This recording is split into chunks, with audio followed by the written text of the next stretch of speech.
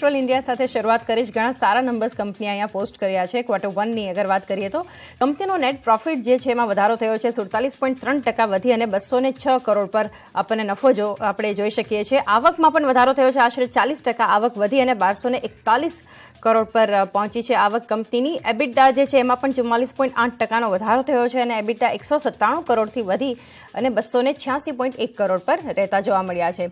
માર્જિન્સમાં પણ વધારો થયો છે, 22.2%થી માર્જિન્સ વધી અને 23% પર પહોંચ્યા છે। યર ઓન યર બેઝિસ પર આપણે વાત કરી રહ્યા છીએ ત્યારે થાઇરોકેર ટેકનોલોજીસની અગર વાત કરીએ તો નબળું ક્વાર્ટર રહ્યું છે અહીંયા કંપની માટે। કંપનીનો નફો જે છે અહીંયા ઘટ્યો છે, 60.9% નફો ઘટી અને 21.7 કરોડ પર પહોંચ્યો છે।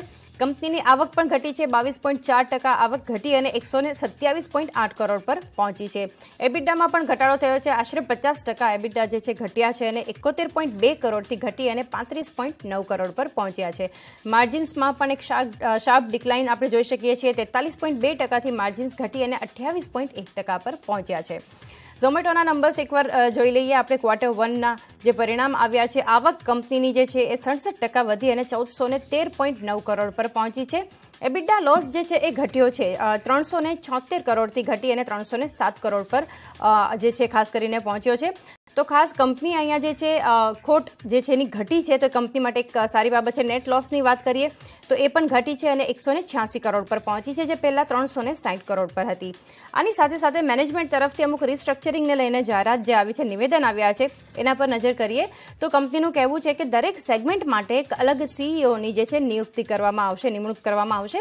સાથે કંપનીનું નામ પણ હવે બદલશે અને ઇટર્નલ કરવામાં આવશે। સાથે Q1માં ગ્રોસ ઓર્ડર વેલ્યુ જે છે એ 10%થી વધીને 6,430 કરોડ પર પહોંચી છે ત્રિમાસિક ધોરણે। ગ્રોસ ઓર્ડર વોલ્યુમ જે છે એના ગ્રોથમાં પણ એક મજબૂતી જોવા મળી છે અને પહેલા ત્રિમાસિકની સરખામણીએ ઓર્ડર વેલ્યુમાં સુધારો થયો છે। આ ઉપરાંત ફ્યુઅલ ખર્ચ અને પગાર વધારાની ખાસ કરીને માર્જિન્સ પર અસર જોવા મળી છે એવું મેનેજમેન્ટનું કહેવું છે। અમુક બ્રોકરેજ રિપોર્ટ્સ આપણે જોઈ લઈએ। ગોલ્ડમેન સેચનું માનવું છે ઝોમેટો ઉપર એક બાયનો કોલ આપ્યો છે અને ₹100 પ્રતિ શેરના ટાર્ગેટ આપ્યા છે અને Q1 FY23 જે છે એ આવકની બાબતે એક ઇનલાઇન રહ્યું છે એવું એમનું માનવું છે અને પ્રોફિટેબિલિટીમાં પણ ખાસ કરીને એક ઇમ્પ્રુવમેન્ટ જોવા મળ્યું છે। આ ઉપરાંત ફૂડ ડિલિવરી સેગમેન્ટ જે છે એમાં એક નરિંગ લોસીસ એટલે કે ખોટ જે છે એ ઘટતી ફૂડ ડિલિવરી સેગમેન્ટમાં દેખાઈ રહી છે।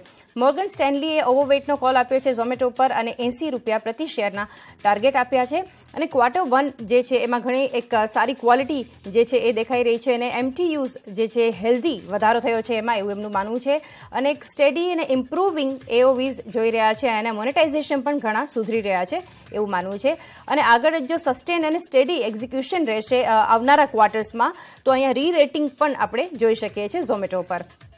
આ ઉપરાંત UBSનો મત જોઈ લઈએ તો બાયનો કોલ આપ્યો છે અને ₹95 પ્રતિ શેરના ટાર્ગેટ આપ્યા છે અને વધુ એક સ્ટ્રોંગ ક્વાર્ટર રહ્યું છે એવું એમનું માનવું છે। એબિટા જે છે એ પણ બ્રેક ઇવન રહ્યા છે ફૂડ ડિલિવરીમાં, ખાસ કરીને એબિટાની અગર વાત કરીએ તો એની સાથે સાથે ગ્રોથ ડ્રાઈવર્સ જે છે એ પણ કન્ટિન્યુ રહેવાના છે, આગળ વધારે મજબૂત રહેશે અને લોસીસ જે છે એ કંપની ક્વાર્ટર એન્ડ ક્વાર્ટર એટલે દર ત્રિમાસિક ધોરણે ઘટાડતા રહેશે એવું અહીંયા મત બની રહ્યો છે।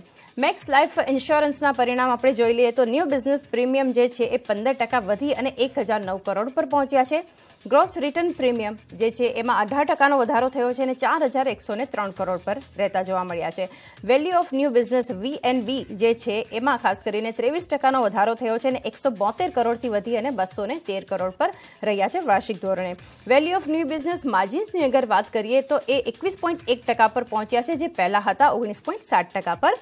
NMDC તરફ નજર કરી લઈએ તો એક નેગેટિવ ક્વાર્ટર કંપની માટે ગણી શકાય। આયર્ન ઓર વેચાણ અપડેટ જે છે એ આપણે એકવાર લઈ લઈએ તો જુલાઈ આયર્ન ઓર વેચાણ જે છે એ 3.29 મિલિયન ટનથી 7% ઘટી અને જે છે 2.95 મિલિયન ટન પર પહોંચ્યું છે। સાથે જ જુલાઈ આયર્ન ઉત્પાદન જે છે એમાં પણ 14%નો ઘટાડો થયો છે। એપ્રિલ જુલાઈ આયર્ન ઓર વેચાણની વાત કરીએ તો એ પણ 17% ઘટ્યું છે અને ઘટીને 10.6 મિલિયન ટન પહોંચ્યું છે। એની ઉપરાંત એપ્રિલ જુલાઈ આયર્ન ઓર ઉત્પાદનની વાત કરીએ તો એમાં પણ 8%નો ઘટાડો થયો છે અને ખાસ કરીને છત્તીસગઢમાં જે ભારે વરસાદ થયો હતો એને લીધે NMDCના જે જુલાઈ વેચાણ અને ઉત્પાદન જે છે એમાં ખાસ કરીને અસર પહોંચી હતી એવું કંપનીનું માનવું છે। રેટ ગેઇન ટ્રાવેલના પરિણામ પર નજર કરીએ તો ઘણા સારા નંબર્સ કંપનીએ પોસ્ટ કર્યા છે. કંપનીનો નફો જે છે એટલે ખોટમાંથી કંપની નફામાં આવી છે. જે 1.38 કરોડની ખોટ હતી એ હવે અત્યારે નફામાં બદલી છે અને 8.4 કરોડનો કંપનીને નફો થયો છે. આવક પણ વધી છે. આશરે 60% આવક વધી અને 119.3 કરોડ પર આવક પહોંચી છે. એબિટામાં પણ વધારો થયો છે. 1.94 કરોડથી એબિટા વધી અને 11.9 કરોડ પર પહોંચ્યા છે. સાથે માર્જિન્સમાં પણ સારો એવો વધારો થયો છે. માર્જિન્સ વધીને 10% પર પહોંચ્યા છે. શ્રી દિગ્વિજય સિમેન્ટ્સના Q1ના પરિણામ પર નજર કરી લઈએ તો ખરાબ પરિણામ કંપની અહીંયા પોસ્ટ કર્યા છે. પ્રોફિટ અહીંયા કંપનીનો ઘટ્યો છે 21.1% અને ઘટીને 17.13 કરોડ પર પહોંચ્યો છે. આવક પણ ઘટી છે. 4.2% આવક ઘટી છે. સાથે એબિટામાં પણ ઘટાડો આપણે જોઈ શકીએ છીએ. અને સાથે સાથે માર્જિન્સની પણ વાત કરીએ તો એમાં પણ ખાસ કરીને સારો એવો 26.47%થી માર્જિન્સ ઘટી અને 19.25% પર પહોંચ્યા છે. અને લાસ્ટ અપડેટ લઈ લઈએ હવે ક્રિષ્ના ડાયગ્નોસ્ટિક્સ પર. તો અહીંયા કંપનીએ પંજાબમાં ખાસ કરીને 3 ડાયગ્નોસ્ટિક સેન્ટર્સ પર ઓપરેશન્સ જે છે એ શરૂ કર્યા છે. તો વિક્રમ, આ તમામ સ્ટોક્સ પર રહેશે આજે ફોકસ.